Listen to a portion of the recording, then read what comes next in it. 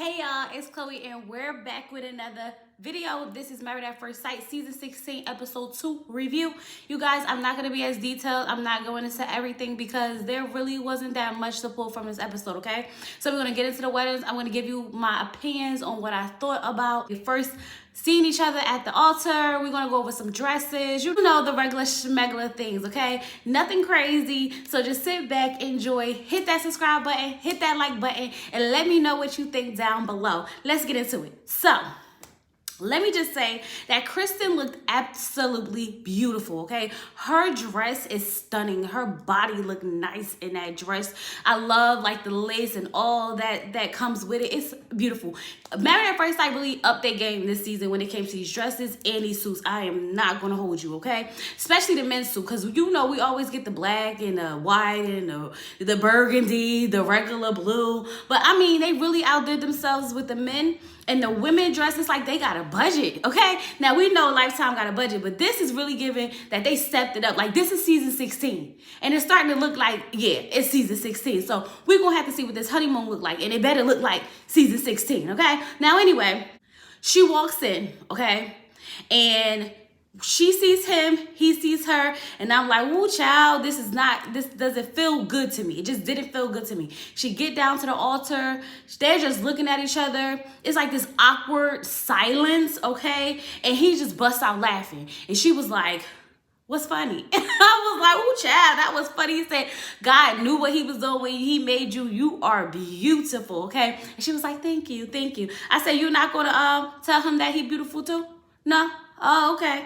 But when she got down at that, when she got down to the altar and she took that big sigh, like, I said, she disappointed.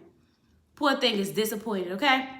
So we go over what the families want them to know. They want him to know that she's not the life of the party. She is the party, okay? And they want us to know about him that he's classy and fashionable. So they better figure out how they're going to be sharing a closet and whatnot, okay? Now, I love his vows. And when he said to my newest best friend, that part to me just really stood out because I don't think I've ever heard that in any of the vows on Married at First Sight. And I think that's a great way to start, okay? I hate when people come in and like, you know, to my husband, to my wife, but when he said my newest best friend, I said, ooh, child, I almost forgot some of the things I was hearing about him. Almost forgot, okay? But I thought that was cute. Now, while he said his vows, y'all, I'm just gonna tell y'all that she just looked disappointed, okay? You can see her smile turn upside down. The concern is like literally all on her face, okay? So you can already tell that she's not really that attracted to him. And the fact that he's bald and she didn't want a bald guy is really pretty much says it all.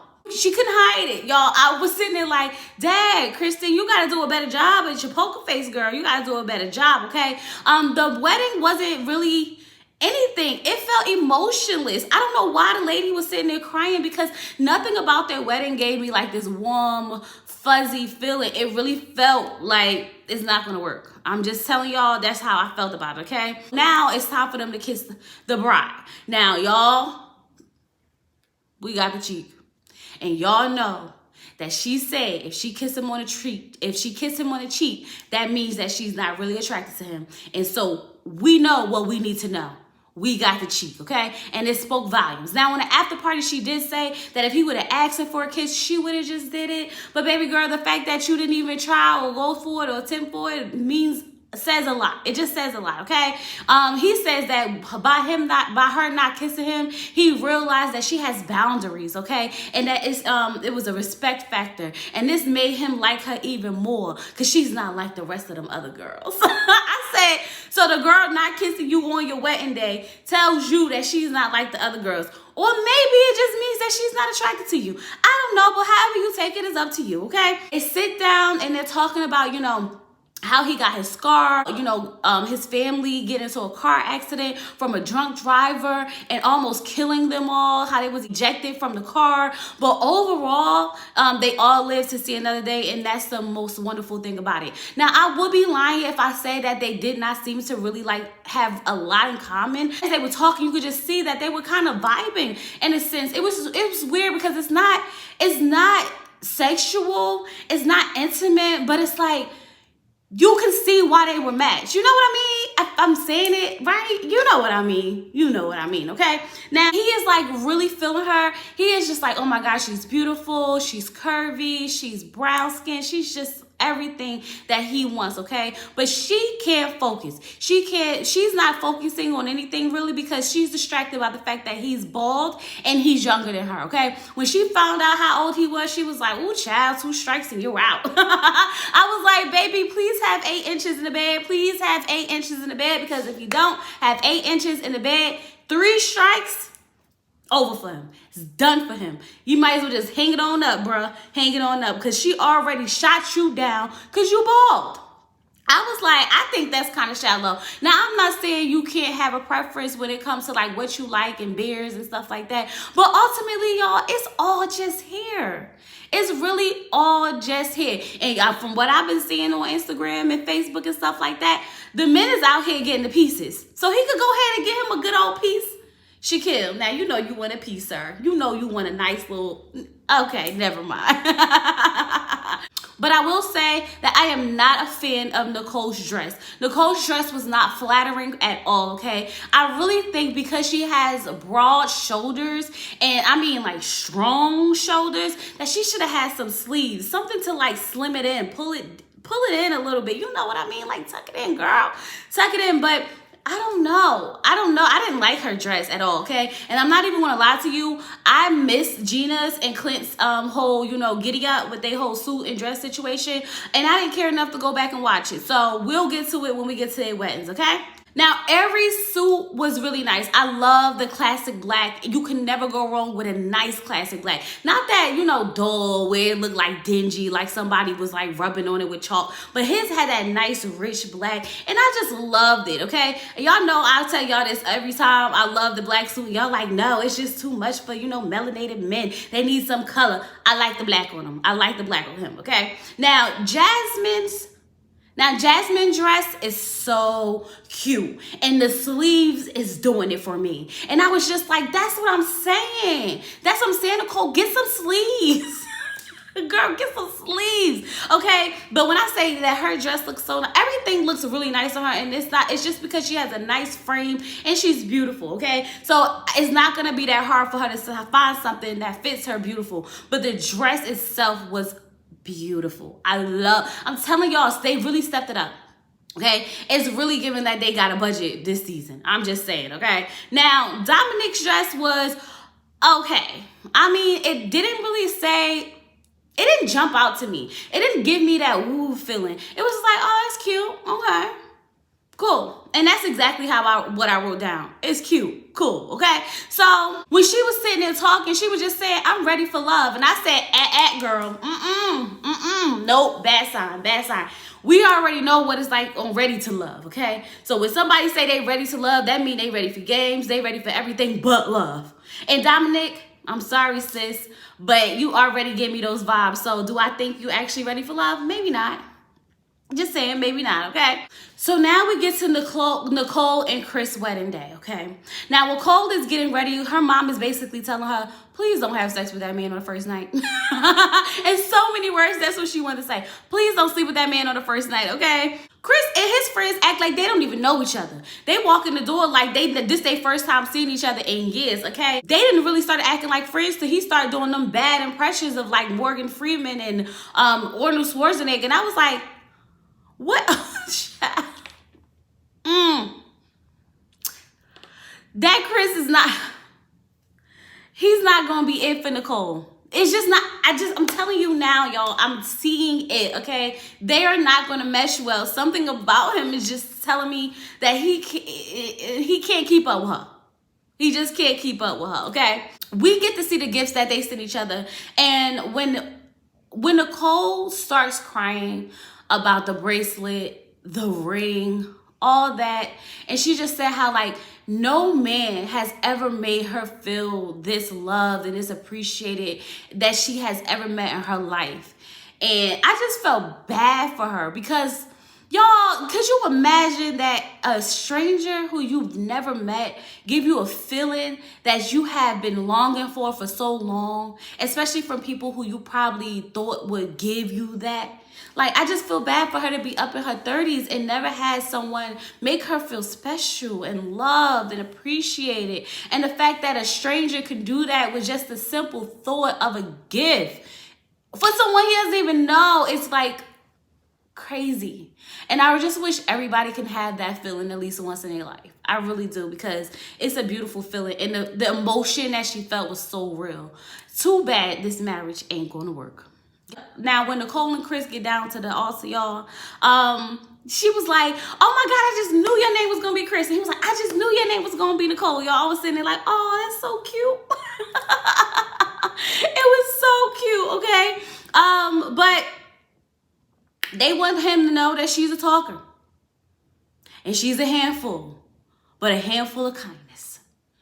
And I don't know what her getting her mom a stripper has to do with anything. But baby, they want us to know that, okay?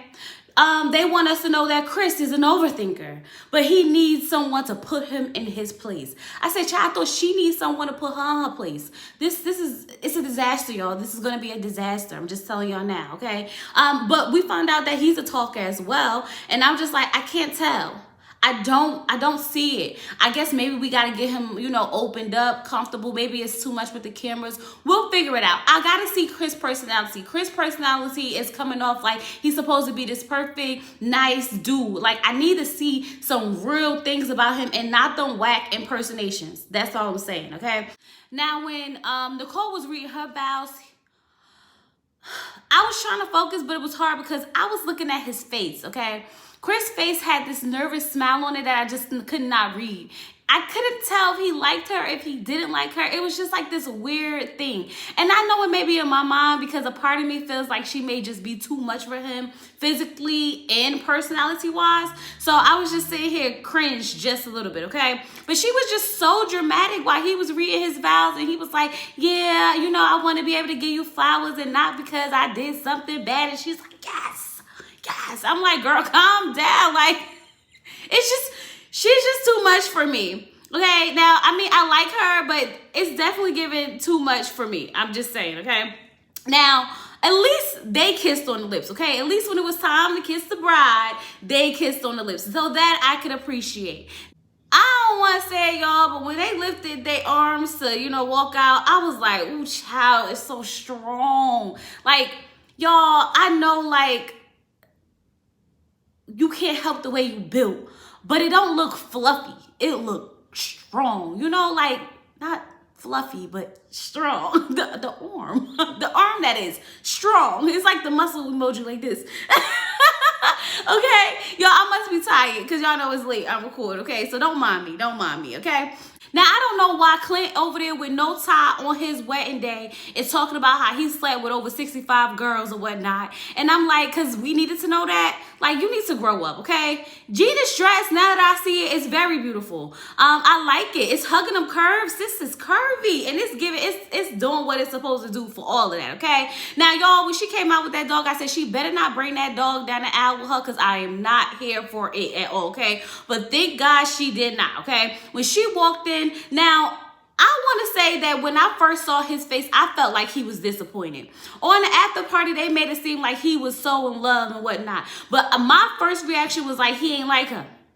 And I'm just saying that's my reaction. Like, he wasn't really smiling. He wasn't really giving her no compliments. He wasn't really doing nothing when they was saying their vows and things like that, okay?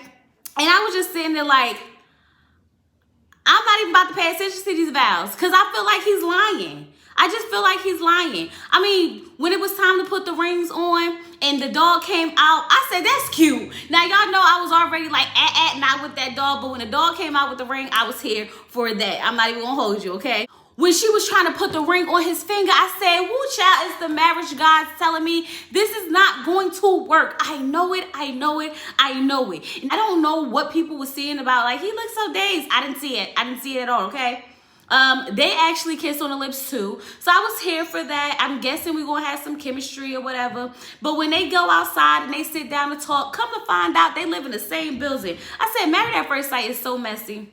They set this up on purpose, okay? So they live in the same building. They got a lot in common. It's cute or whatever. But the part that gets me is that he was like, oh my God, I'm just lost in her eyes and everything. I said, I don't buy it. I don't buy it. You want to know why? Because we met Chris Williams, and Chris Williams said that he was attracted to Paige. And remember how that turned out. So I'm not buying Clint just yet, okay? Now, I'm going to try my best to stay positive, but something deep down in my spirit, something deep down in my soul is saying this is not going to work, okay? The marriage guys already basically told us that this not going to work when she couldn't get the ring on his finger.